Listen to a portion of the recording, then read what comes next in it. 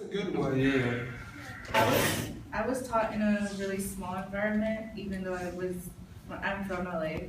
So typically people would go to big schools, but I was always taught like in small classrooms. So a teacher was able to have like one-on-ones with you and like be able to help you a lot more. Okay, I was taught. I'm from LA too, and I was taught differently. So I was taught in class where like our teachers would like leave for near like 3 months, and we have substitute like every day. So it wasn't really like a good environment. I grew up in a rough neighborhood, Inglewood, California, by the way, and I made it out somehow through God. And education. Education too. Education. I really wasn't a school person. I'm still not a school person, but I'm still in college. And honestly, I made it like, this is like, you're not going to college. This is, you barely going to college. That's how I am. But I mean, I'm still getting some education and I'm still in college, so.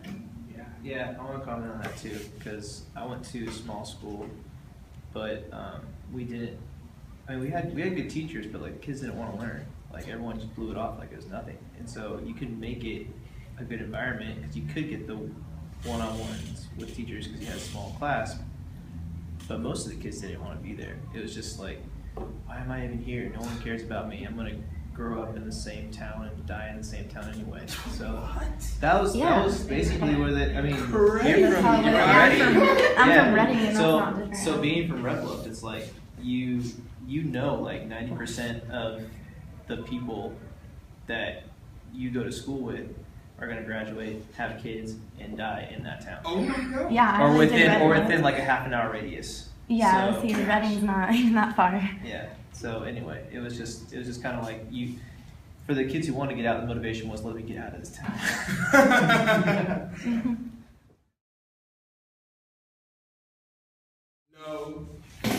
No. But everyone's saying no. No. Yes, why? I think that is because like high schools favor the kids whose parents have more money to give the school funding. Oh, yeah. So those kids are more involved in like the AS or whatever. Yeah, the booster clubs and all that. Yeah, booster clubs and all that stuff, and all the administrators like them more.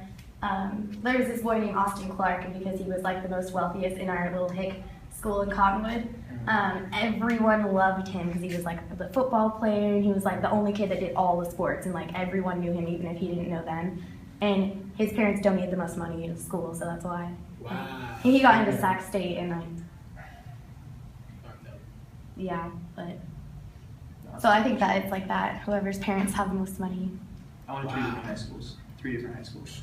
And how was your perspective? So I went to a prep school where like everyone, it was exactly like you just said. Like whoever had the most money, whoever's kid went to a sport that got the most money for the sports programs, they're the ones who everyone's just like, oh, he's not really showing up to class. We'll help him out. We'll give him private tutoring. We'll make sure he's okay. And then as soon as you drop out of sports, like, bam, they don't care anymore. And then I went to it gets the sports team with more money. Oh yeah, huge. For It's more a years. really big deal for them. And then with the larger school, which is the city school, they didn't care who you were at all. Like if you were a wealthy kid, like it didn't matter. But obviously they were taken care of at home. So like their home life was different. So their support was different outside the classroom. And so when they got to school, you could tell that they were just like they're going to be okay. But a lot of the kids in that city school, they didn't have the support at home, and so they had a lot of struggles like that made it hard for them. And then of course Red Bluff was completely different. I was just like whatever. Yeah. Manny, Can you repeat the question do again? you think schools provide equal opportunities for students? I think they do, but just each student has to take advantage of it. Like in my senior year, I took 4 AP classes because I had to get up my GPA. And if you take advantage of it, I guess you could make it to college. That's how everybody will make it. Anybody else?